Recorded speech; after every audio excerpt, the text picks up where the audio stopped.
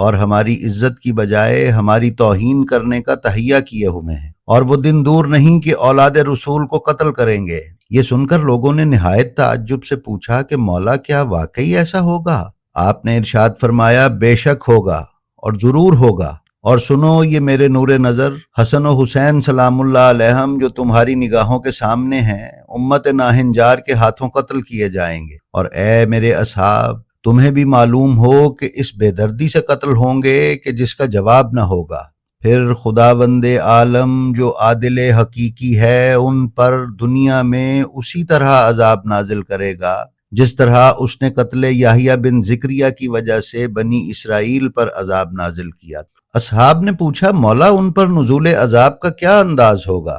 فرمایا کہ خدا ایک ایسے شخص کو پیدا کرے گا جو اپنی شمشیر آبدار سے انہیں کیفر کردار تک پہنچا کر دم لے گا اور انہیں اچھی طرح عذاب میں مبتلا کرے گا۔ اصحاب نے پھر پوچھا مولا وہ پیدا ہونے والا کون ہوگا، کس قبیلے سے ہوگا اور اس کا نام کیا ہوگا؟ آپ نے فرمایا وہ بنو ثقیف کا چشم و چراغ ہوگا اور اس کا نام مختار ہوگا۔ حضرت شہید ثالث نور اللہ شوستری روایت کرتے ہیں کہ حضرت علی علیہ السلام نے ارشاد فرمایا کہ عنقریب میرا فرزند حسین قتل کر دیا جائے گا، اس کے بعد بنی ثقیف کا ایک شخص خروج کرے گا اور ان لوگوں میں سے جنہوں نے قتل حسین میں حصہ لیا ہوگا 80,303 افراد قتل کرے گا۔ لوگوں نے دریافت کیا مولا اس کا نام کیا ہوگا؟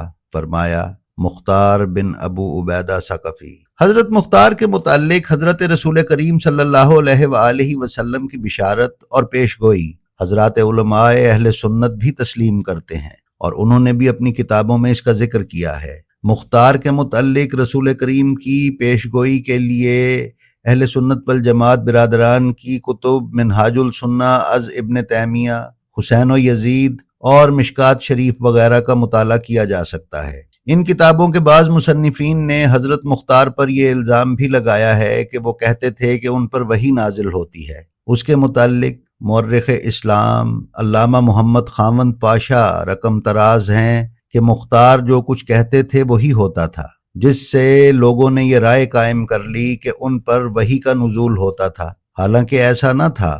ان کا کہنا اس لیے درست ہوتا تھا کہ وہ ذہانت اور فراست کے درجہ کمال پر فائز تھے۔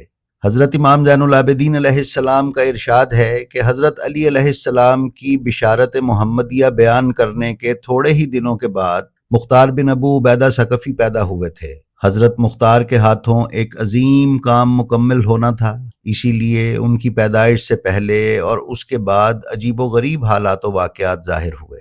ناظرین، ابن نما علیہ الرحمہ نے تحریر فرمایا ہے کہ حضرت مختار کے والد ابو عبیدہ ایک نہایت نیک سیرت خوش سلیقہ عورت کی تلاش میں تھے۔ وہ چاہتے تھے کہ ایک خاندانی عورت مل جائے۔ لوگوں نے انہی کی قوم کی بہت سی عورتوں کی نشاندہی کی، لیکن انہوں نے ان میں سے ایک پر بھی رضامندی ظاہر نہ کی۔ ایک دن ابو عبیدہ اپنے بستر پر سو رہے تھے کہ خواب میں ایک آنے والے نے ان سے کہا کہ اے ابو عبیدہ تم دومۃ الحسنہ سے نکاح کر لو، وہ تمہارے لیے ویسا ہی فرزند پیدا کرے گی جیسا تم چاہتے ہو، کہ وہ ایسی عورت ہے جس کی تم کبھی کوئی برائی نہ دیکھو گے اور نہ سنو گے۔ ناظرین، خواب سے بیدار ہو کر ابو عبیدہ نے اس واقعے کو اپنے اہل قبیلہ سے بیان کیا۔ ان لوگوں نے ان کے اس خواب کا احترام کیا اور سب نے اس رشتے کے لیے ہاں کر دی، اور پھر وہب بن عمر بن ماتب کے پاس ان کی لڑکی دومۃ الحسنہ کے لیے پیغام بھیج دیا گیا، اور انہوں نے اس رشتے کو بخوشی منظور کر کے ابو عبیدہ کے ساتھ اپنی لڑکی دوما کی شادی کروا دی۔ دومۃ الحسنہ ابو عبیدہ کے ساتھ نہایت خوشی اور مسرت کے ایام گزار رہی تھیں کہ اس بچے کی امید سے ہو گئیں جس کے ہاتھوں کاتب تقدیر نے واقعہ کربلا کا بدلہ لینا لکھا ہوا تھا، اور جسے نصرت محمد و آل محمد کا شرف عظیم نصیب ہونے والا تھا۔ دومۃ الحسنہ کا بیان ہے کہ میں نے خواب میں دیکھا کہ ایک شخص آیا ہے اور کہتا ہے اے دوما، تجھے بشارت ہو کہ تیرے بطن سے وہ بچہ پیدا ہونے والا ہے جو شیر کی مانند ہوگا، وہ بڑا بہادر اور زبردست نبرد آزما ہوگا۔ دوما کہتی ہیں کہ جب بچہ پیدا ہو چکا تو وہی آنے والا جو بشارت دے کر گیا تھا پھر خواب میں آیا اور کہنے لگا اے دوما، یہ فرزند نہایت بہادر ہوگا، نبرد آزمائی میں اس کے قدم پیچھے نہ ہٹیں گے، اور دشمن کے مقابلے میں یہ کامیاب ہوگا اور میدان جنگ میں بڑی دلیری سے، کامیابی سے اور مردانہ وار کامرانی حاصل کرے گا۔ ناظرین، بعض مورخین نے لکھا ہے کہ حاطف غیبی نے مختار کی والدہ سے یہ کہا تھا کہ یہ بچہ اہل بیت پیغمبر کا دوست ہے اور آل محمد کے دشمنوں کو با امداد الہی قتل کرے گا۔ حضرت مختار کی تاریخ ولادت کسی کتاب میں نہیں ملتی، البتہ یہ مسلم ہے کہ آپ سن 1 ہجری میں پیدا ہوئے ہیں، اور بعض کا کہنا ہے کہ یہ اس روز پیدا ہوئے تھے جس روز رسول خدا جنگ تبوک میں تشریف لے گئے تھے۔ مختار کی ولادت کے بعد ان کے والد ابو عبیدہ ثقفی نے ان کا نام مختار رکھا۔ مولانا نجم الحسن کراروی کے نزدیک یہ نام قدرتی طور پر اس لیے قرار پایا کہ یہی نام خدا و رسول اور ائمہ طاہرین کی نگاہ میں واقعہ کربلا کا بدلہ لینے والے کے لیے چنا ہوا تھا، کیونکہ لفظ مختار کے معنی چنے ہوئے کے ہیں۔ ناظرین، مختار کے 4 اور سگے بھائی تھے جن کے نام یہ ہیں: جبیر، ابو الحکم اور ابو جبیر امیہ، اور ایک بہن تھی جس کا نام صفیہ تھا جو عبداللہ ابن عمر کی بیوی تھی۔ یہ عبداللہ ابن عمر خلیفہ دوئم کے بیٹے تھے۔ یہ بھی ملتا ہے کہ آپ کی ایک بہن عمر ابن سعد کی بیوی بھی تھی۔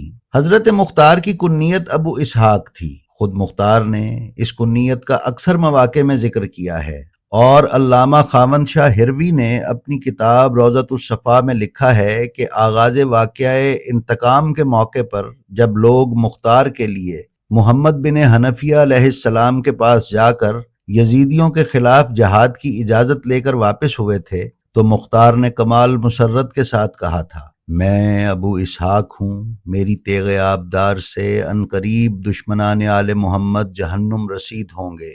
البتہ کتاب مجمع البحرین اور جلاء العیون میں حضرت مختار بن ابی عبیدہ ثقفی کا لقب کیسان بھی ذکر ہوا ہے۔ کیسان یا کیسان کے معنی عقل مندی اور ہوش مندی کے ہیں۔ کیسان کیس سے متشق ہے جس کے معنی عاقل اور ذہین کے ہیں، اور اسی ذیل میں صاحب فہم اور صاحب ادب کے معنی بھی ہیں۔ علامہ مجلسی علیہ الرحمہ کا ارشاد ہے کہ یہ لقب حضرت علی علیہ السلام کا عنایت کردہ ہے۔ علامہ ابن نما نے تحریر کیا ہے کہ اسی لقب کی وجہ سے شیعوں کا فرقہ کیسانیہ مختار کی طرف منسوب ہے۔ علامہ ابو القاسم لاہوری تحریر فرماتے ہیں کہ مختار کی طرف شیعوں کا جو فرقہ منسوب تھا اسے مختاریہ کہتے تھے۔ وہ فرقہ علامہ شہرستانی کی تحریر کے مطابق محمد بن حنفیہ کو امام مانتا تھا، لیکن یہ درست نہیں ہے۔ صحیح یہ ہے کہ مختار اور ان کے ماننے والے حضرت امام زین العابدین علیہ السلام کو امام مانتے تھے۔ اسی حالت میں مختار ہمیشہ رہے اور اسی اعتقاد پر ان کی شہادت واقع ہوئی۔ علامہ مجلسی کا کہنا ہے کہ کیسانیہ اور مختاریہ ایک ہی فرقہ ہے جو حضرت مختار کی طرف منسوب ہے۔